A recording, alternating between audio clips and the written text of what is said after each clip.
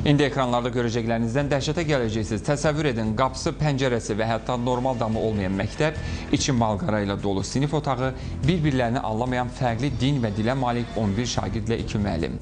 Həqiqətən bunlar reallıqdır, özü də Gürcüstan reallığı.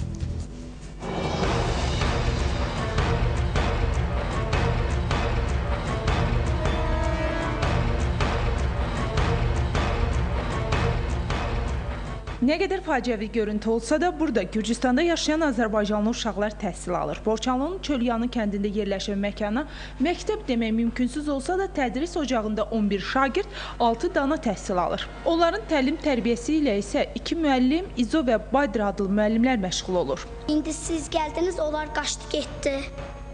Biz də belə 3 uşaq qaldıq, belə qolumuz qırıq, pəncərəmiz yox, kitablarımız yox, 3 uşaq qaldıq. Pəncərəmiz qırıq. Bollarımız qırıq, tavamız yağışacağında xeyr. Tədrisin Gürcü dilində keçirildiyi məktəbdə dərs deməyən müəllim də yoxdur. Artıq taleyi ilə barışan valideynlər çıxış yolunu övladlarını başqa yerdə oxutmaqda görür.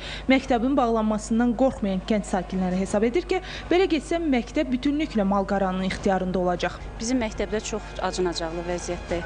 Uşaqlarımız oxumaq istəyir. Düzdür, məktəbimiz uçulub gedir. Gördüyünüz vəziyyət, nə vəziyyətdədir məktəbimiz. Bizə lazımdır ki, Azərbaycan dilində təhsil verən müəllimlər. 3-cü klassdan artıq yoxdur burada. 3-dən artıq. 3-dən artıqa da uşaq burada duranmıyor. Bu iş prodajiniyası getmiyor. O mallar hər gün də oradadır. Uşaq dağılır, orada məktəbdə mallar oxuyur, nə bilim, vəziyyət pis vəziyyətdədir. Orta təhsilli Gürcü əsilli müəllimlərin ixtiyarında olan məktəbə və məktəblilərin taleyini acıyan olmasa, Azərbaycanlıların təhsil aldığı daha bir məkan tarixə qovuşacaq. Aygün Rəddinova, Nadir Almazoğlu, Məsim Əhmədov, Son Xəbər, Gürcüstan.